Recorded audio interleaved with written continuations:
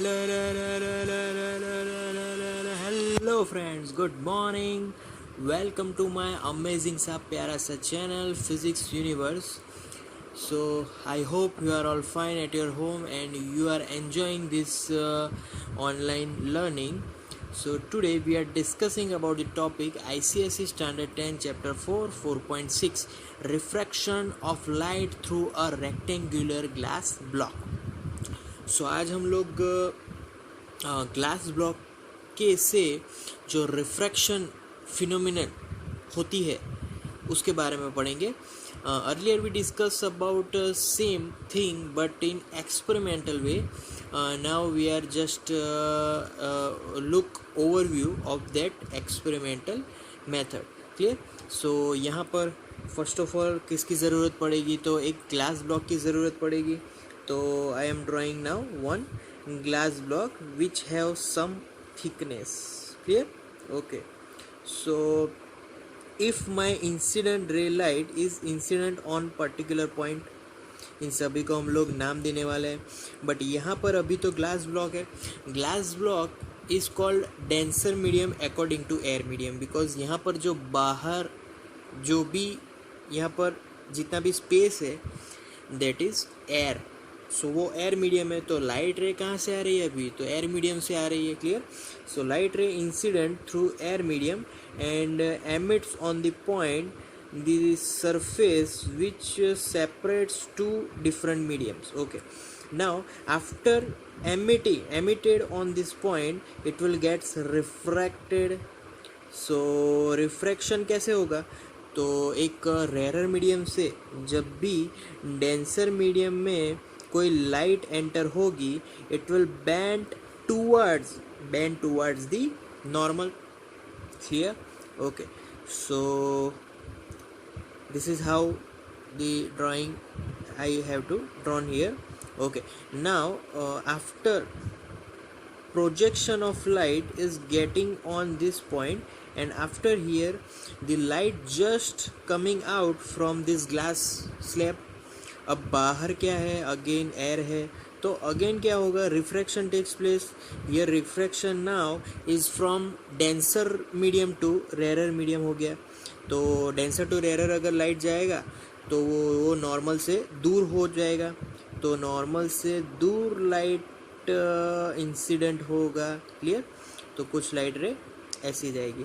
अब मैं फिर से यहाँ पर एक नॉर्मल ड्रॉ कर दूँ. Okay. So this is the way the light is moving inside the glass block and outside the glass block. Clear. Okay. Now इस लाइट रे को सभी पॉइंट को मैं यहाँ पर नाम देना चाहता हूँ. A B, this will be C, this is D. Okay. Clear. अब ये इंसिडेंट रे के कारण जो एंगल बना with the normal, I have to say angle of incident. Okay. अब ये रिफ्रैक्टेड रे से जो एंगल बना with the normal I have to say refraction angle of refraction. Clear. Okay. और जो लास्ट वाला एंगल है that comes from the emergent ray. ये बाहर निकल गया रे, दैट इज कॉल्ड इमर्जेंट रे. एंड इमर्जेंट रे making a angle with the normal is small e. Clear. Okay. So यहाँ पर मैं नॉर्मल्स को नाम दे देता हूँ. This is M1 and this is RS. सो सभी पॉइंट हमारे रेडी हो चुके हैं. ओके. नाउ ये सारा मैंने ड्रॉ किया. उसमें ये जो इंसिडेंट लाइन रे है, अगर मैं उसको डॉटेड लाइन से आगे ड्रॉ करूं तो वो कुछ ऐसी होगी. डॉटेड लाइन से अगर ड्रॉ करूं तो इट विल मूव फॉरवर्ड. अगर ग्लास स्लैब नहीं होता तो इंसिडेंट रे लाइट तो सीधी चली जाती ऐसे. क्लियर. तो without glass ray we get incident light as it goes through this dotted line. तो उसको मैंने डॉटेड लाइन से यहाँ पर बता दिया. ओके. सो हियर सब कुछ रेडी हो गया है. अब एक्चुअल में due to glass rod our light is going through this way. So due to glass slab light journey passing through, कौन सी जर्नी है, A B C D, but without glass slab light journey, if I want to say the point is here, that is T, so ABT में direct चला जाएगा, journey will be, I want to say that journey is ABT. Clear? Okay, so this is the refraction of light through a rectangular glass slab. अब I can say that from this drawing we know that the here it is air medium as well as here it is also air medium, so I can say that the AB is totally parallel to CD because they both are in same medium which is made up of air. Clear?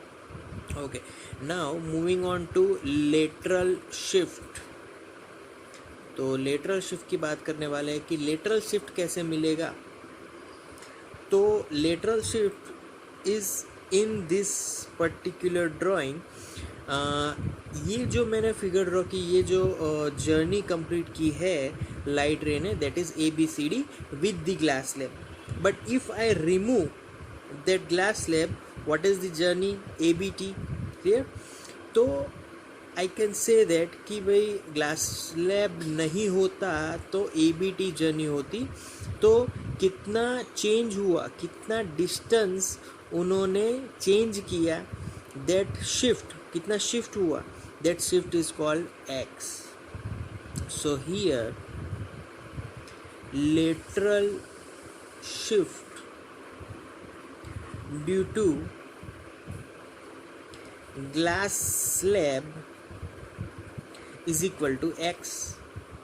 वो lateral shift जो value है ना, that value is X जितना lateral shift यहाँ पर हुआ है. Clear? तो लेटरल शिफ्ट वो कितने फैक्टर्स पे डिपेंड कर रहा है, I have to note it down.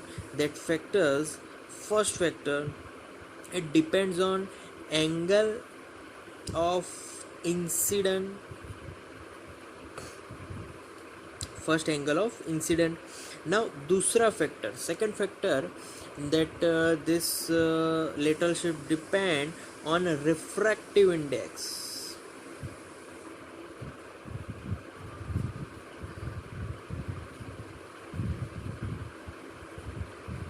glass slab. And the third one, जो थर्ड उसका जो मेन रीज़न है for the lateral shift, that is the thickness of glass slab. Clear?